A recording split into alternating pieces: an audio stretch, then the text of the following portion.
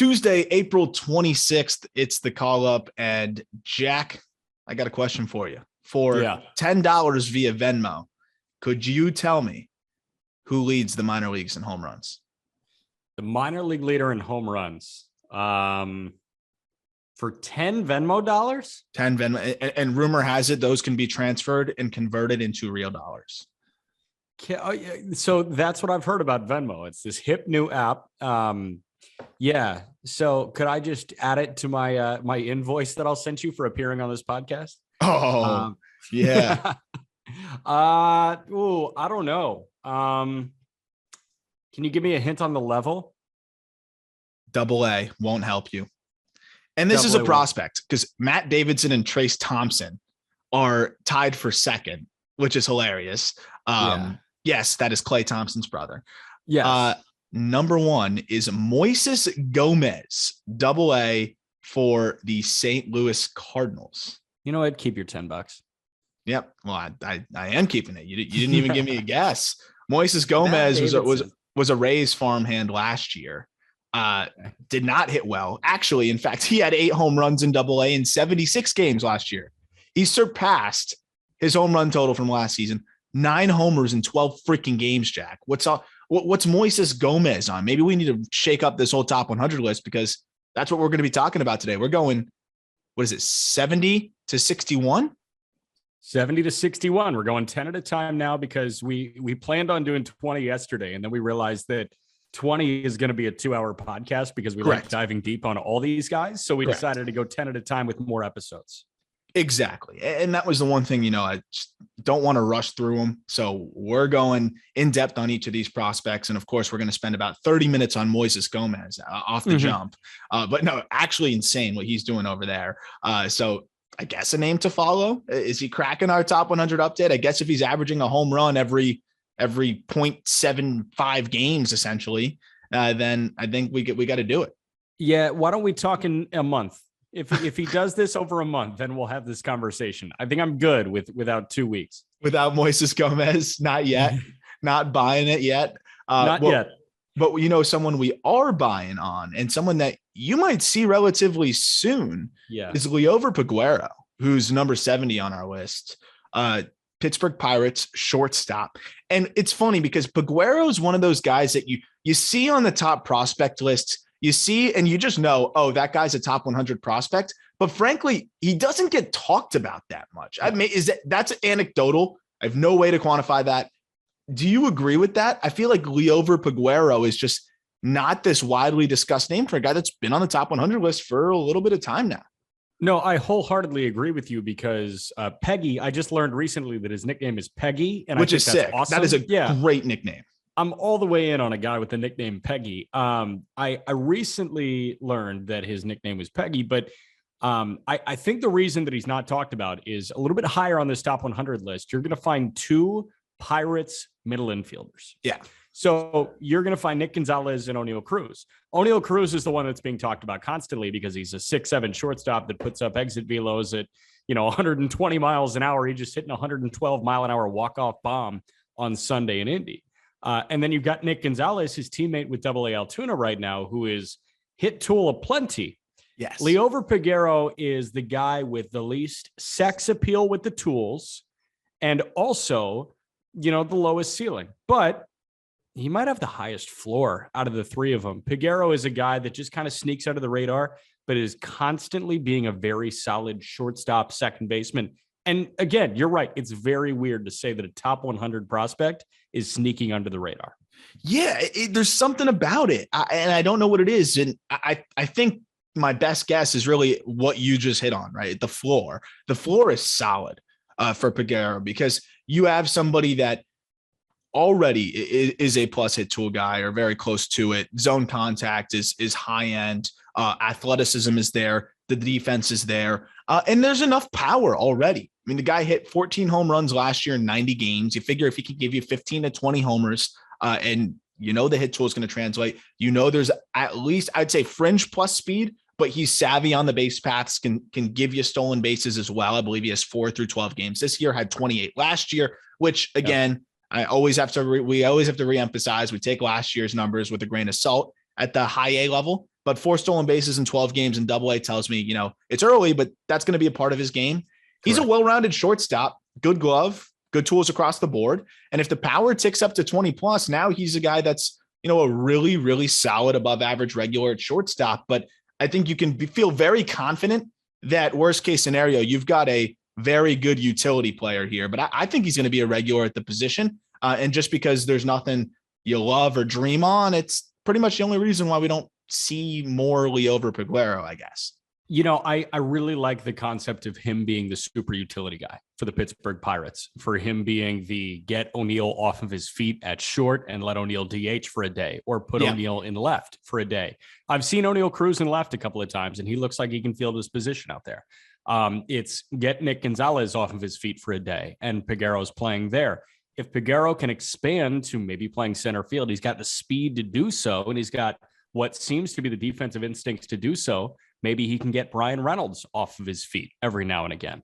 I think the Pirates have a lot of very strong middle infield prospects. And if Peguero is the guy that can be adaptable, I'm all the way in on that, because again, this is a high floor guy. And I think best case scenario, he is a Chris Taylor, Gavin Lux type, contributor for the Pittsburgh Pirates. Is there a scenario though where, you know, this is a guy that, again, you're pretty confident will be a good defender at shortstop and could be even better than that with the athleticism. And remember, he's only 21. He's young, and the hit tools allowed him to climb relatively quickly. You've seen O'Neill a lot more than I have, obviously. Yeah. Is there a scenario where Peguero is just, that's your everyday shortstop and O'Neill plays somewhere else? So respectfully, no. O'Neill is smooth as hell at short, and he's got the strongest arm that I've ever seen. So, you know, if you have somebody that's smooth like that and can get the ball to the first baseman in the blink of an eye, you keep him at short until he proves that he can't play short at the major league level. And I've seen him be a little error prone. I've seen him be gun shy with the arm. You know, he's short arm some throws, but if you can iron that out, priority one is ironing out the shortstop position with O'Neill Cruz. If that doesn't work, then Peguero can be your everyday shortstop. I don't think that the Pirates would be willing to do that and move off of the idea of having O'Neill Cruz as their shortstop, because big shortstops tend to function well. One of them just won a platinum glove last year and signed a LeBron deal with the Minnesota Twins. So if O'Neill is, you know, a solid shortstop, I think that is option A. Option B, you have a really good backup plan with Leove Aguero. I've got a question about the swing, though, before we move on. Do you think it's conducive to adding more power? At the moment, not really. I think he knows who he is, right? Like, he's a guy that's just trying to barrel things and find the gaps. I think he can add more power. There's a projectable frame there. I like the swing, but there's not a lot of violence there. It doesn't look like he's trying to do that much. It's put the bat on the ball and off to the races. And I think he's picking his counts a little bit better.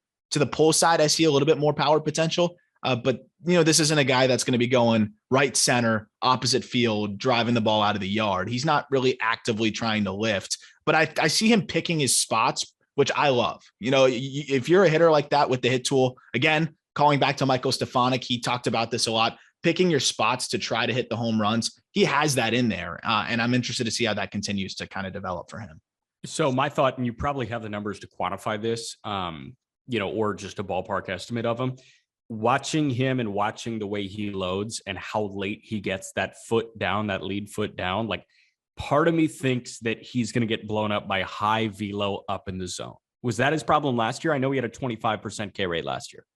Yeah. So, it was a little bit of the tunneling effect that got him, right? Because there was times where he got rushed, you got the fastball up and then the breaking. He looked rushed a lot. He looked rushed often. And here's the thing in the minors, I mean, majors too, but in the minors, especially, like, you are going to get high spin, high speed fastballs in the high part of the zone. You're going to get a ton of those. And so it's going to be interesting to follow and see how Aguero continues to do there. What I will say, though, is he put the bat on the ball with heaters. I mean, he didn't really swing and miss that much on those pitches. It was really the breaking balls that got to him. But again, that can be something where you're cheating for the fastball because you're getting rushed, you're getting blown up. and now you're susceptible to being on your front foot on the breaking ball. So he's got to sort that out. He got caught in between a little bit, and that's a good catch. And I'm interested to see how that continues to develop for him this year. And it should be fun to follow. A guy that has the present power already. Yes. And again, another under the radar guy is Shae Langliers, comes in at 69. Shae is, I don't know why he does not get more love, but he was, to me, the most valuable piece traded in that deal over to Oakland. I know people are like, over Pache. Pache's been good. And you know what? He's been phenomenal with the fans and great on Twitter. And, he's been owning what is a shitty situation for really lack of a better word, right? You go from the World Series champs to the opposite. But I mean, Langliers is a phenomenal catcher. He's got a plus arm. Everybody always raves about the way that he handles pitchers and manages his staff. People love to pitch to him, and he's a good receiver, good blocker. And also he's got plus raw power, like borderline plus raw power. And it's not like the hit tool is some absolute shot in the dark Joey Bart type. I mean, he's got more bat to ball skills than I think people would think. Shae Langliers to me is a high probability everyday catcher with a chance to be a really good one. Yeah, it's easy power. It's very easy. The swing looks effortless at times, and he can go pull side with a ton of pop, and he can bring you power to all fields as well. He can go dead center and pump a couple out. He can go the other way and get those balls to fly over the wall, although not with the new baseball. I think we're finding that out very quickly. But Langliers, he's got easy pull side power. What I love about Shae is the guy won a college Gold Glove at Baylor behind the plate. I mean, he is on the money all the time with his throws down to second base. He's going to control base runners at the major league level very well, very, very well. And that is your best friend. And you mentioned that, pitching staffs like throwing to him. That's probably because if they have a guy at first base, he's not getting to second base. And I love Shae's arm. I love his demeanor behind the plate. And I think with the easy power there, I don't need him to hit 260. I can have him hit 230. But if he's 230 with 25 bombs and Zunino-like defense, sign me up for it. What percentage of base runners do you think he threw out last year? Last year, like average is roughly, right? Like high 20s, I think it is. Like, I think average is like 27. Yeah. I'm going to say 38.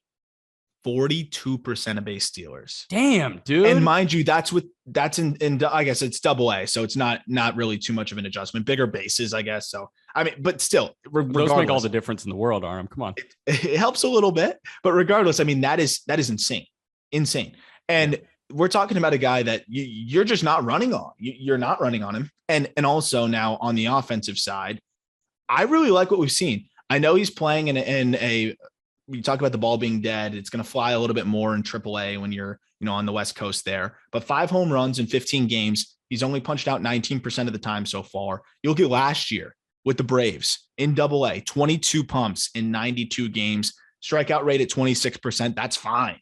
10% walk rate. That's great. If he's there, which I think his season last year is what we could expect at the big league level. Elite or really good defense, 20 to 25 home runs, some strikeouts, enough walks to offset it, and a really good everyday catcher. I don't know why Shae Langliers is not really more highly regarded, because at the worst case, the glove is so good that you have a good backup catcher who has raw power. Yeah, I think that started happening on draft night, to be totally honest with you, because he was the second best catcher in that draft class, but by a very, very wide margin, because Adley was 1-1 and it was clear cut 1-1. So I think Shae has always been the Robin to Adley Rutschman's Batman. Yep. And I think Adley Rutschman is going to be a lot better of a Major League Baseball player. But I don't think Shae Langliers is going to be a slouch. I think that if I was Alex Anthopoulos and I was making that Olsen deal, Pache was the first name I'm including because I don't think Atlanta needed Pache. Langliers was probably the last add to that deal because I think that he's got the chance within 2 years to already be better than Travis d'Arnaud or William Contreras. Is that the backup there right now? Yeah. No, I was floored. Better catching option. I was floored that they traded Shae, and I think that was just the only way. I mean, if they tell you what the only way you're getting Matt Olson is if you trade a Shae, Fine. Okay. Fine. Give me Matt fine. Olson. But, I thought they'd try to find a way to do it otherwise. But you know what? We're going to get to like Michael Harris and some other guys. And I think the Braves looked at it. They're like, we have Darno now. We'll take care of the catching position. We'll be okay. For the A's, it's interesting. And it makes me think that Sean Murphy might be expendable because I think Shae could be big league ready by the middle of this season. The glove is ready. The bat, if he struggles, it's okay because he's going to give you defensive value and he's going to run into his homers. So one last thing on him, 113, 114, 114 plus mile per hour exit velos on a lot of his home runs. I mean, that's top of the scale.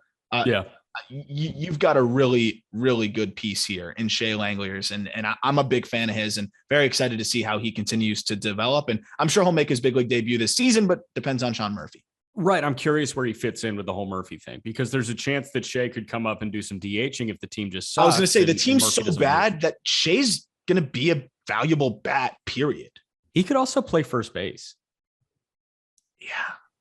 Yeah. I mean, I know they want to develop him as a catcher, but they've kept him in the lineup so far in AAA. He's already DH'd twice.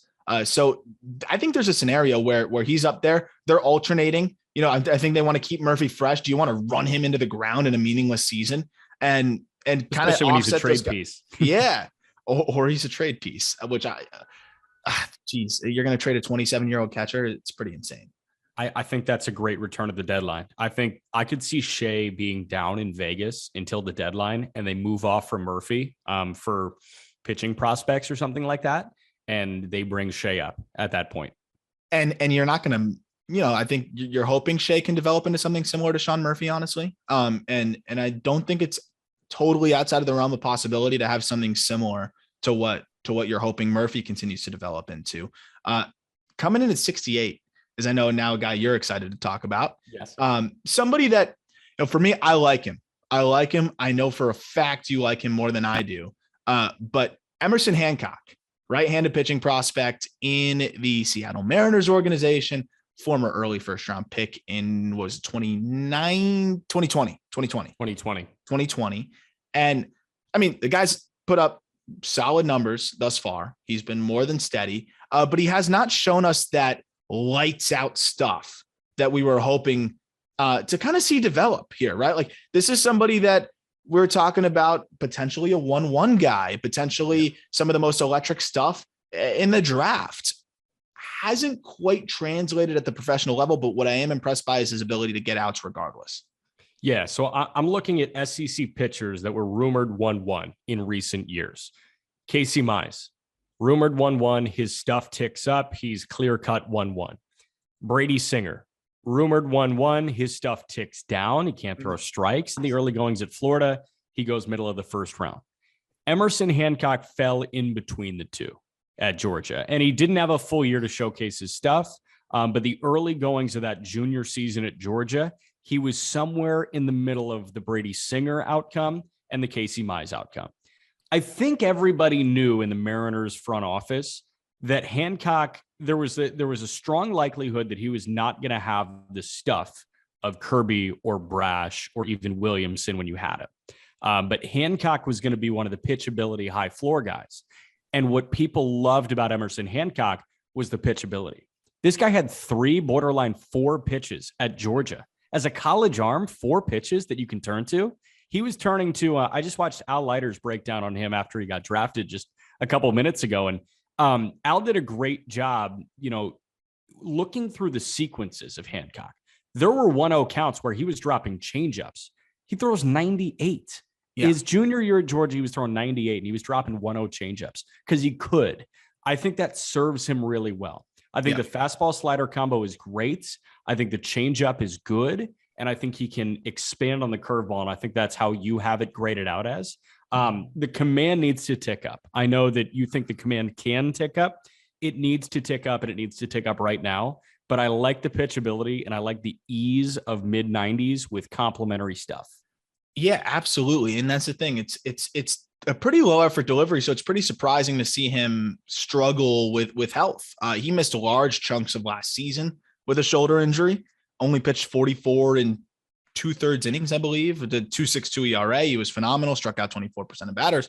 walked around 9.5, which needs to get a little bit better. But he's not pitching right now either because of a lat injury. So it is a little bit concerning to see some of that issues and some of those issues. And also the other side of it is a reason why he didn't quite hold on to that top 3 possibility was what you talked about. The command just wasn't quite there. He's showing feel for all of his pitches, but the command wasn't quite there. He's walking guys against Richmond and falling into hitters counts, and Richmond guys are cheating for the fastball and hitting it. Like there was scenarios where I think there was some vulnerability there, but Hancock, when healthy, was good last year, showed that he can get out, showed the pitchability, showed the deep arsenal, but health and command are going to be the 2 things to watch moving forward. Yeah, and I'm not asking you to mechanically predict like Bryce or Mark Pryor, Steven Strasburg. You know what I mean? Like, yeah, those guys, you could see it mechanically that they were going to have arduous careers. It was going to be pretty brutal with the mechanics. I'm not saying Hancock is like that, but you see it in the delivery. He's quick to tuck and he doesn't use any momentum there. He tucks early, and a lot of what he's doing is that throwing arm. So I could see how a shoulder could bother him. I could see how a lat could end up bothering him just because the more he uses with that delivery, he's not using as much body as other guys, even in that system. Ask George Kirby how he uses his body to sit 100 and stay durable. Brash, how you snap off that breaking shit. It's because his body is so athletic. Hancock, he's an athletic guy. He's got a big pitcher build, but he doesn't use the most athleticism in that system.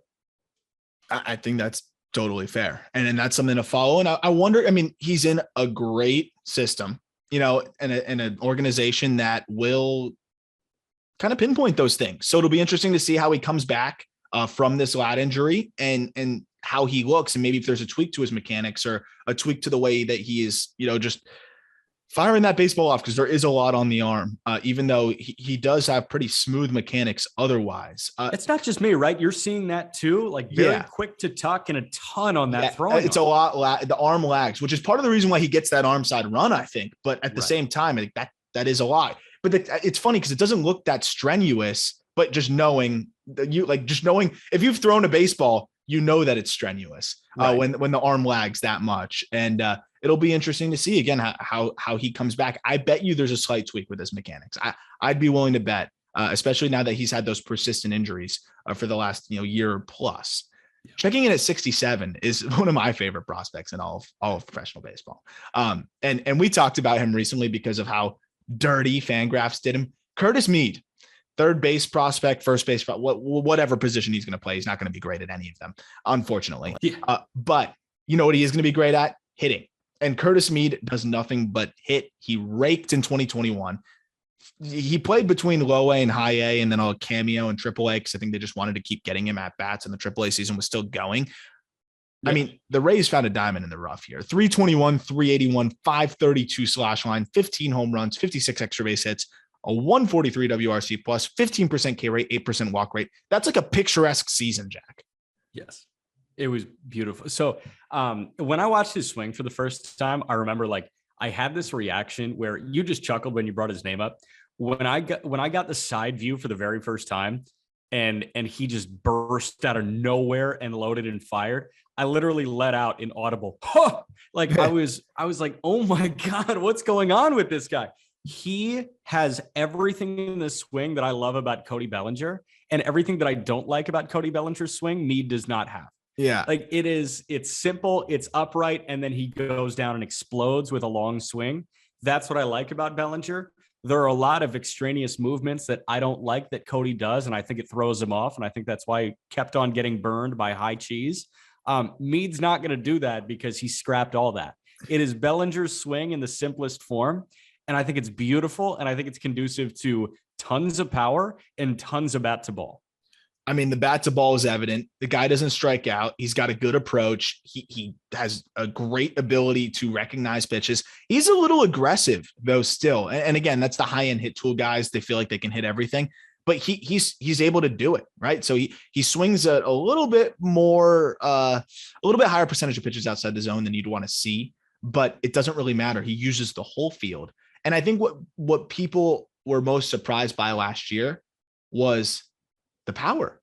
There was power there. this guy hit a decent amount of home runs. And we saw that across the fall league. And then, almost every stop, he just hit for power. And that was what was really impressive. He's a big dude. He's 6'2", about 190 pounds, but has a pretty projectable frame. And getting into the swing, like you mentioned, he starts upright, but really sinks into the back hip well. It's simple moves, all just very repeatable. He times everything up really well. And again, he has this barrel malleability, this swing malleability that's really impressive, where no matter where the pitch is, he can somehow get his hands there and barrel it up. And that's one of the things that you can't teach. That's one of the things that stuck out to me more than anybody with Nick Gonzalez in the Cape. And I see it with Mead. He's a feel for that barrel and he can find it. And it's really impressive.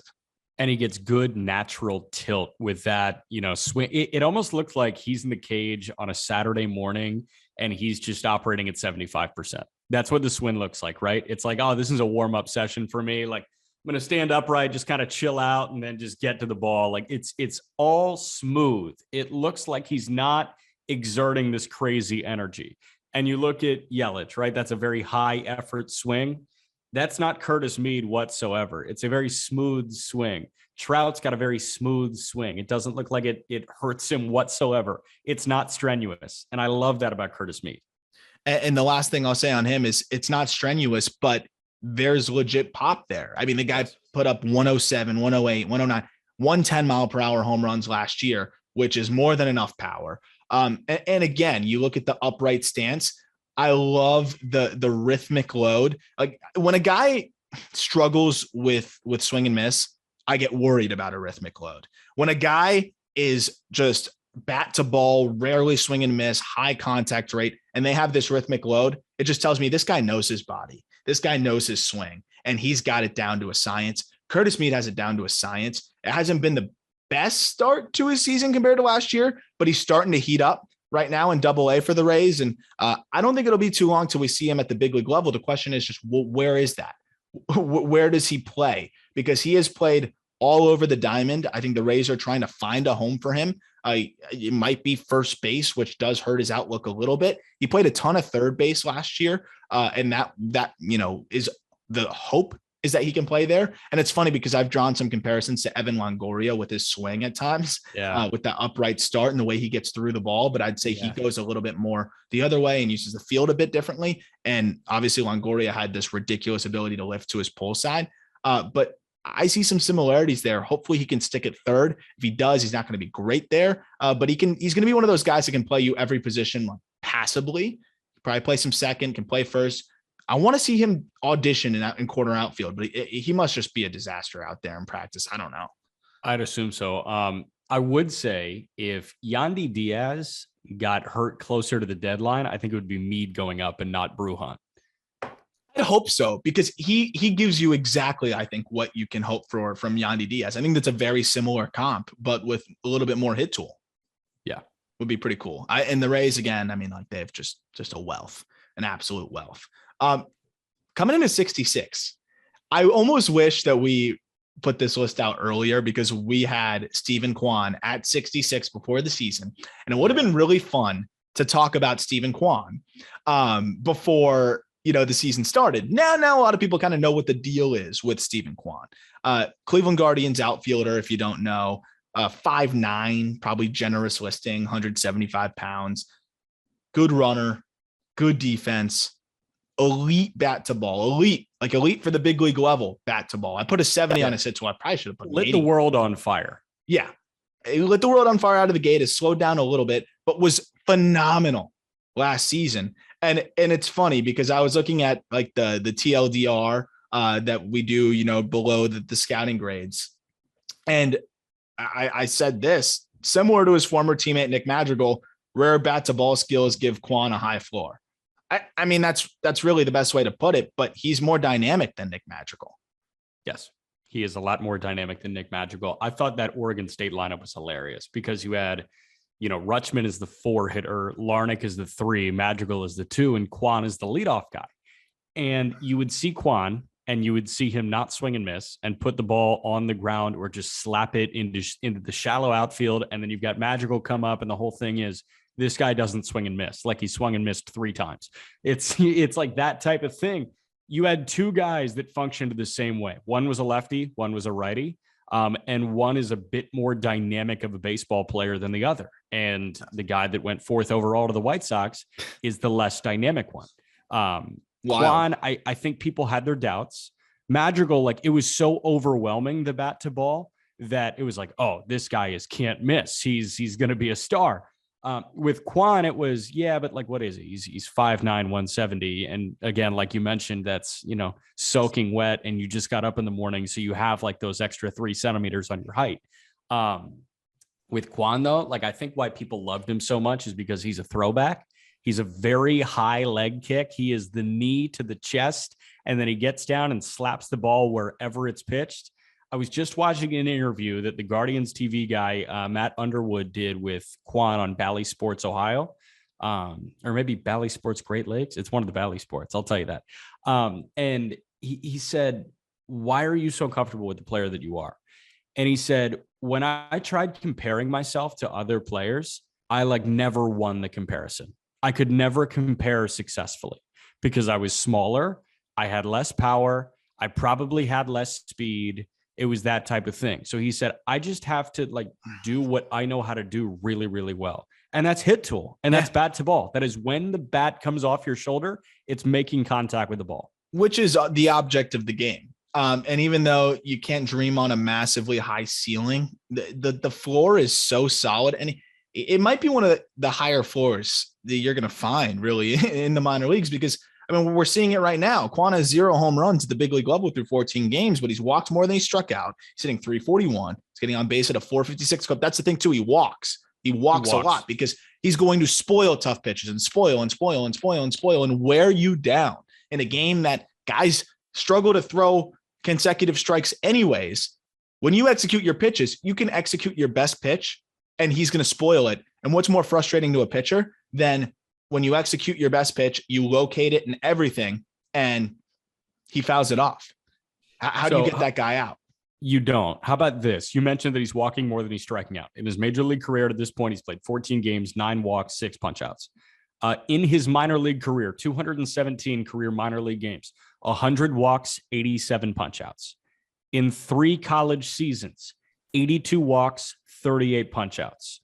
In his summer collegiate ball, 16 walks, 12 punch outs. So in 419 career games since graduating high school, Steven Kwan has walked 207 times. He struck out 143 times. This is not fluky. He will do this for the entirety of his career. Yeah, and you can bank on him being a big leaguer for a long time. Also gives you great defense at all 3 spots, great instincts, and he's just a well-rounded player that I think Guardian fans are gonna fall in love with. So impossible to not have him on the top 100 list, even though he's a high floor guy.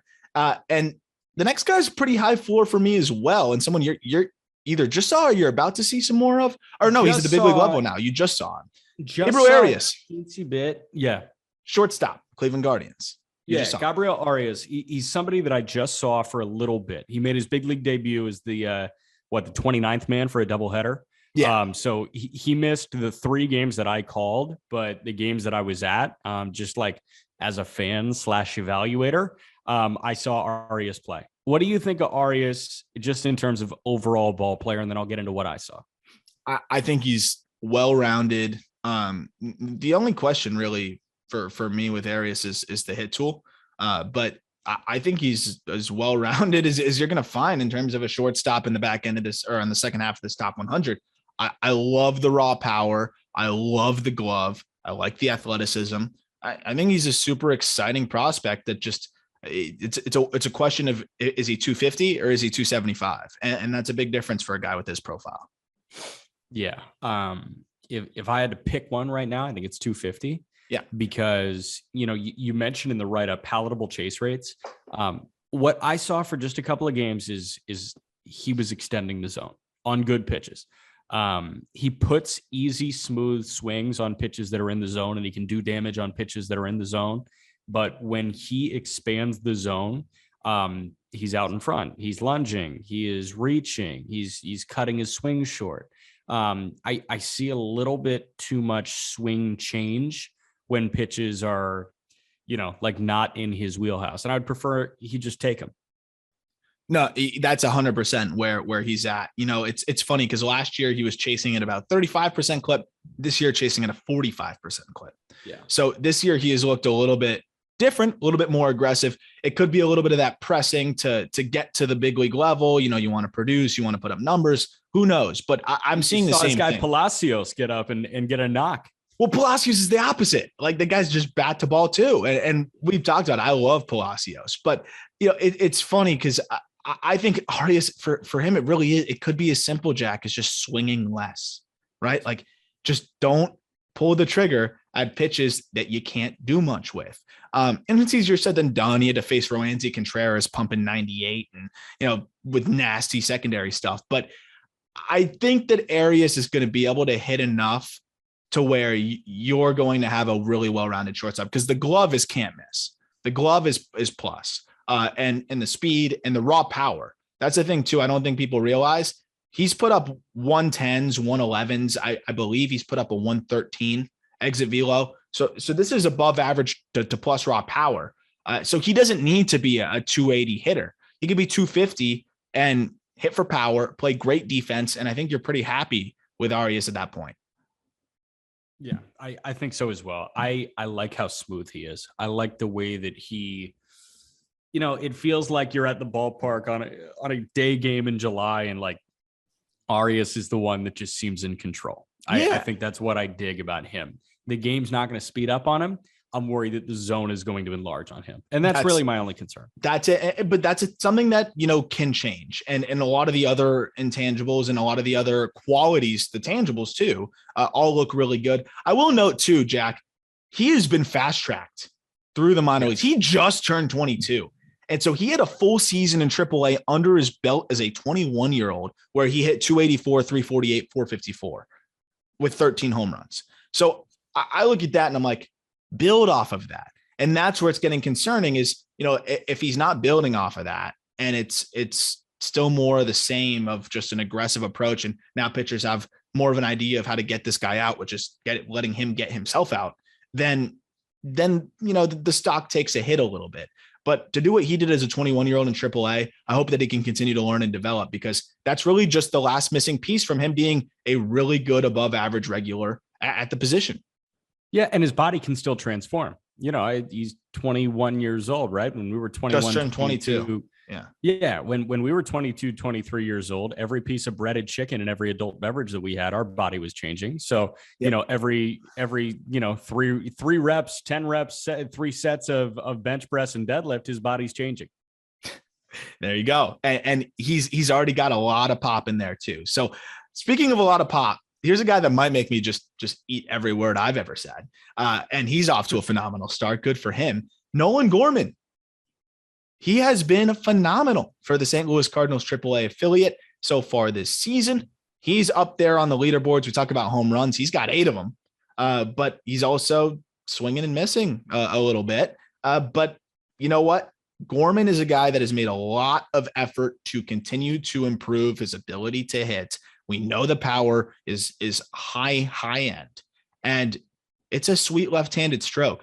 The Cardinals have been extremely aggressive with him. Fast tracking him through the minor leagues. He played between AA and AAA. He's just 21 years old. And last year, 279, 333, 481 slash line, 25 homers, 46 extra base hits, 115 WRC plus, 22% K rate, 7% walk rate. Jack, he's been great this year. Would you guys see him theoretically? Yeah. We'll see about this. Nice. I think every bomb that Gorman hits, he's flipping you the double bird. Yeah, I think that's fair. I've been one of the biggest Gorman, I would just say, I don't want to say hater or detractor because I've always said like he's good. But I don't believe he's as valuable or like as high end as a lot of people make him out to be. I think there's a lot of concerns, and you know what? Dude, he's raking, but he's still striking out 32% of the time. That is a concern. But if he's getting this kind of quality of contact, who really cares? Yeah, I'm still in the camp where if you can go get a top level starting pitcher a la Frankie Montas, you should depart with Nolan Gorman for Frankie Montas. I like it. I think that he gets to good pitches, which is interesting. Now, if your good pitch is a high fastball, he's not going to get to it still. But if your good pitch is a properly located slider or breaking ball, he can adjust and put a really good swing on it. That's who Nolan Gorman is. I think he's going to be a belt and below hunter. But I think if he needs to extend to the letters, he might get screwed. Well, that's my concern too, right? So, I mean, Nolan Gorman, his swing looks a lot better. Again, like a really hard worker that the reports were that he was grinding through the offseason, just trying to, with the Cardinals, just trying to iron out his deficiencies, because left on left was a disaster for him last year. And you know what, Jack, he's been good left on left this year. 250, 357, 500 slash line left on left. Last year, it was, I think, a 589 OPS against lefties, 917 OPS against righties. My big red flag between the splits and the velo, as you mentioned, the velo is my concern. He got blown up by fastballs last year, like absolutely blown up. Low 100s hitter with no power, basically, against fastballs 93, 94 miles an hour and above. So far this year, Jack, he is hitting 130 against fastballs. 6 of his 8 home runs have come against breaking balls and off speed. He has a 1,500 OPS against everything that's not a fastball and a 651 OPS against fastballs. You think big league pitchers will figure that out? Yeah. Yes, absolutely. I think that the data and analytics intern is going to go hand Corbin Burns a sheet and says, here's what to do. And he'll say, okay. Yeah. Good morning, good afternoon, good night. But here's the good news. 21 years old still, going to turn 22 soon, but still 21 years old. Oh, by the way, his first 7 home runs were all solo shots. I just thought that was weird. But that is weird. That's just purely weird baseball coincidental. quirk. Weird baseball quirk, which I just think is super funny. I love weird baseball quirks, but also just kind of shows you when a guy like him can put you on the board by himself, no problem. But the fastball plus the lefty concerns, we'll see, but still not 22 years old yet. Starting to look really good at second base, given that he's, the Cardinals are giving him some run there for obvious reasons. I got that dude named Nolan Arenado at third. Right. So Gorman looks good at second. The arm is phenomenal there. He turns double plays with ease. The range is better than people thought. But again, is he going to get carved up by a good game plan? Right now, the answer is yes, but continues to improve one aspect of his game after another, mostly at the box. But I'm like, now he can hit lefties. Now he can do this. Now he's hitting breaking balls better. Can he catch up to velo? That's the big final question. And I guess we're going to find out this year, because I can promise you pitchers are going to start catering towards some of those weaknesses very, very soon. Coming in at 63, catcher. I think we might be a little bit lower compared to the industry at this point with this guy. Diego Cartaya, catching prospect, LA Dodgers. Crazy upside, ridiculous power numbers in 31 games in low A before he was hurt. Another catcher who earns high marks for the way he commands the game behind the dish. One of the prized international free agents, $2.5 million in 2018 by the Dodgers. There's a lot to like here by Cartaya, but another guy that I think has some voids in his approach that I think could get exposed as he climbs through the minor leagues, but also so many really exciting qualities. Yeah, I just haven't seen anything. Like he's a young guy who only has 30 games of low A experience under his belt. Like I haven't seen enough Diego Cartaya to form a sound opinion. And I know when you see that, better safe than sorry, right? Like you don't want to call Jason Dominguez revolutionary when he hasn't played out of the complex for more than 20 games. And you were pretty spot on there, because once he got out of the complex, he was pretty unsuccessful. That's kind of the case with Cartaya, but Cartaya sees immediate success when he gets out of the complex. I think this is one of those guys where, just to try and peek into your brain, he's 63 on this one, but on the midseason list, he might be higher. And on the preseason list next year, he might be higher than that. Like he's one of those guys that can keep on climbing as he reaches the upper levels of minor league baseball. 100%. He's just a raw hitter at this point, extremely pull happy, crushes fastballs, but really bad against sliders last year, has struggled against sliders again this year. And you can imagine if you're a righty who pulls off of a lot of stuff, who's looking to cheat and catch things out in front of the plate, and you get a slider breaking away from you, you're going to struggle with those. And that has just been a big issue for Cartaya. But it doesn't matter because he pulverizes the heaters. And again, 10 home runs in 31 games in low A is phenomenal. The tools are there. The upside is undeniable. He's already putting up very solid exit velos. And again, the glove is very, very exciting. He projects as an above average defender. And I think a big reason why we see Diego Cartaya so high, and I could probably say this with a fair degree of confidence, is, a lot of these top prospect lists are predicated on, what teams or what evaluators and, writers are hearing from teams. And yes. Diego Cartaya is so beloved within the LA Dodgers organization because of the way he carries himself. And if you hear someone in your ear saying, oh, this 19-year-old kid is way ahead of his years, and we gave him $2.5 million because he's really good behind the dish and way ahead of his years, and our pitchers love working with him. Oh, and by the way, look at this batting practice he's taking right now. He's got crazy power. Like you're gonna talk yourself into that. When the Dodgers tell you they love somebody, you're gonna talk yourself into that. I talked myself into it at 63. But to me, like you said, I think you said it beautifully. Just not enough yet to have him ahead of the guys that we have ahead of him. Doesn't mean that he doesn't have the upside to be one of the best catching prospects in the game at some point soon. Here's the thing. Low A guys are never a top 5 prospect.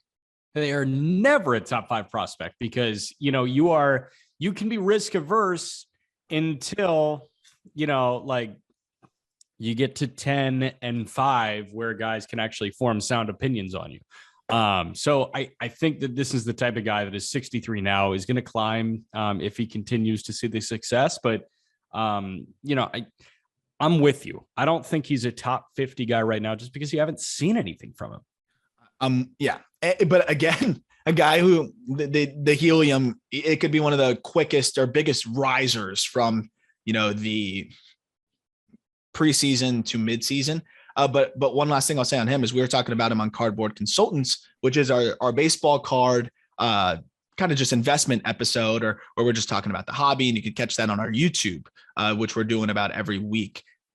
And people are paying a lot of money for his cards, Jack. And to me, I'm like, okay, I can see why you're doing it, but I wouldn't do it. So people were asking, like, would you rather invest in Brian Roquillo, who comes in at 62, or Diego Cartaya? Look, you could make a lot more money off of Diego Cartaya, but I'm going to take Roquillo every day of the week because this guy's a big leaguer for sure. Cartaya could easily never make it to the show. And that's what we have to try to emphasize here. Proximity is vital.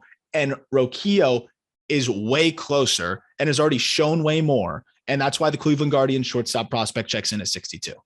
Yes. Roquillo, you have him listed at 5'10", 170. Again, this is a guy that has grown since he was signed as a 16-year-old. This is what I can't stand about minor league measurements. They don't change them.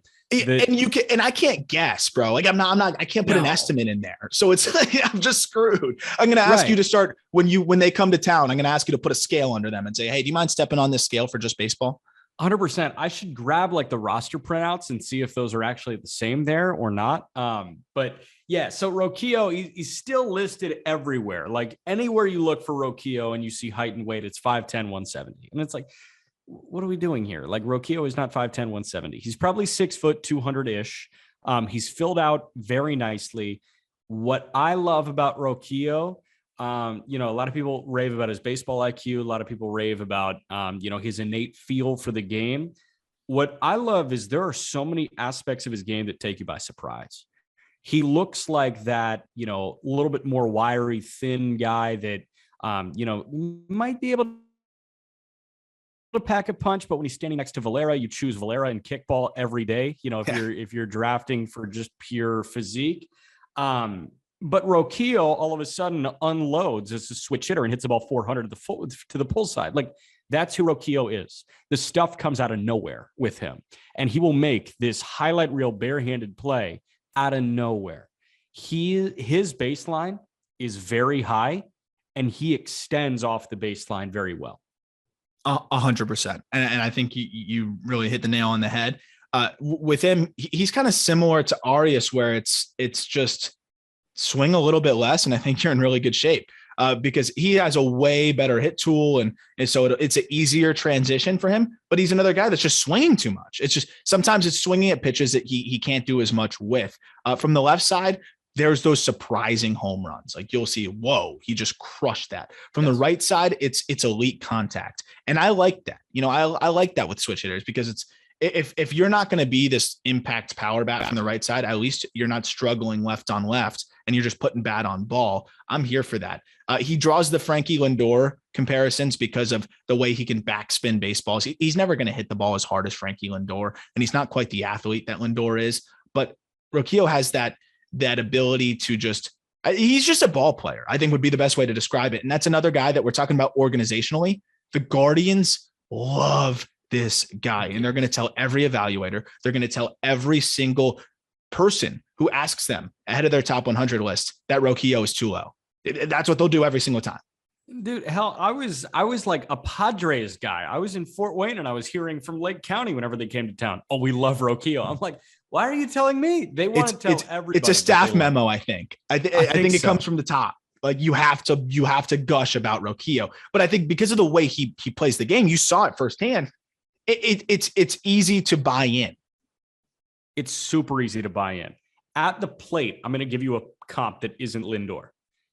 Brian Reynolds. Reynolds has more power from one side than the other, but he is a good contact guy from the left side and a great contact guy from the right side. I don't know if the numbers speak to that right now. I know Reynolds has had a slow start to the year, but when he turned it on last year, Reynolds was an elite bat to ball guy from the right side, and from the left side, he was really good bat to ball with some pop there. I think that's what Roquillo is. And if he can do that with a very high defensive IQ and his ability to play second, third, or short, they might have a future star on their hands. I'm with you. And I mean, the numbers last year were good between high A and double A: 277, 346, 460, 15 homers, 46 extra base hits. Continues to find that better, or that more natural ability to lift and find carry. And again, if he just tones down the approach a little bit, that walk rate jumps up from 6.7% to 9%. Now you're looking at a guy that's a 360 on base guy with all of the intangibles and the other aspects to his game that we just talked about. That is a very, very good fringe all-star type of shortstop. And just keying you in on Reynolds splits. As a left-handed hitter against righties, Brian Reynolds last year hit 20 of his 24 homers, but hit 293 from the left side, or from the right side against left-handed pitchers. He only had 4 of his 24 homers, but he hit 325. So the batting average ticked up a lot, but the power was on the left side. That's what Roquillo is. Again, not as successful right away, but Roquillo, best case scenario, his bat looks a lot like Brian Reynolds. Yeah, I actually think that's a good comp. And it's kind of a similar development track like too. I don't have good comps. Reynolds kind of developed into that power too a little bit more. And it was never going to be an integral part of his game, but continued to just see that tick up from 10 to 15 to now 20 to maybe 25 you're hoping for if he has a good season. Coming in at 61. This is one of my favorite guys. We haven't seen a ton of him, but he's going to be a fast riser, and I think he's going to be one of the best pitching prospects in the game very soon. Mick Gable, Philadelphia Phillies right-handed pitching prospect, 15th overall pick in 2020, 20 years old. He is your pitcher's prototype. I love everything about Mick Gable. He's 6'5", 190, maybe 200 pounds, electric fastball, smooth mechanics, wipeout slider, and developing changeup. He's carving up minor league hitters right now. It's a joke. And the fastball is just stupid. He's sitting 95 to 97. He's touched 99 and just a ton of life, high spin fastball, and the sliders wipe out. I'm a huge Mick Gable fan, and I'm expecting him in the update to be top 40. Yeah, I would love that. It's like, I think if I could be a pitching coach and just start a pitcher from scratch, I would just show them Mick Gable videos and be like, okay, now do that. I go out there and do that, because he's a big guy. He's 6'5", around 200 pounds. He looks like a top flight pitcher, and his delivery is mechanically sound and perfectly loose at the same time.